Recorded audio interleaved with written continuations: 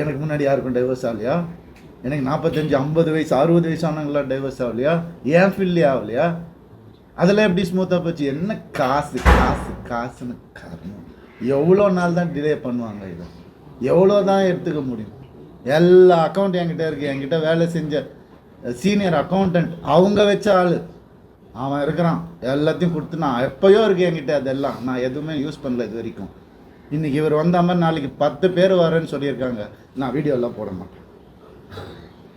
Full ப்ரூஃபோடு வரேன். நான் full ஃபோர்ஸோடு நான் வரேன்.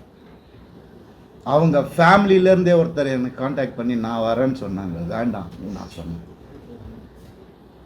தேங்க்யூ பிரசாத், நீங்கள் வந்ததுக்கு தேங்க்யூ ஸோ மச். அவ்வளோதாங்க நான் சொல்லணும்னு நினைக்கிறது. சார் இது என்னதான் தீர்வு சார்? ரொம்ப ரெஸ்ட்லெஸ்ஸாக இருக்கீங்க. ஏதாவது பிரச்சனை என்ன ஒரு தீர்வு இருக்கும், இது இருக்கும், என்னதான் தீர்வுன்னு? தீர்வு கோர்ட்டு தாங்க சொல்லணும். நான் கோர்ட்டுக்கு நான் விண்ணப்பம் தான் வைக்க முடியும். ஒரு மனுஷன் இதுக்கு மேலே அங்கே இருக்க முடியாதுன்னு சொன்னதுக்கப்புறம் என்ன தான் செய்ய முடியும்? எனக்கும் தெரியல. அதுதான் உண்மை. என் குழந்தைங்களுக்காக தான் நான் இன்னும் உயிரோடையே இருக்கேன். எனக்கு சாரி டு சே, தப்பாக எடுத்துக்காதீங்க யாரும். நான் யாரையும் பிளாக்மெயில் பண்ணல, எதுவும் பண்ணல. எனக்கு எதாவது நடந்தாலும் இல்லை நீங்கள்லாம் அனுப்பிச்சி விட்ட கெனிஷாக்கு எதாவது நடந்தாலும் அந்த குடும்பம் மட்டும்தாங்க பொறுப்பு. வேறு யாருமே பொறுப்பு கிடையாது. குழந்தைங்க வச்சு ட்ராப்பா பண்ண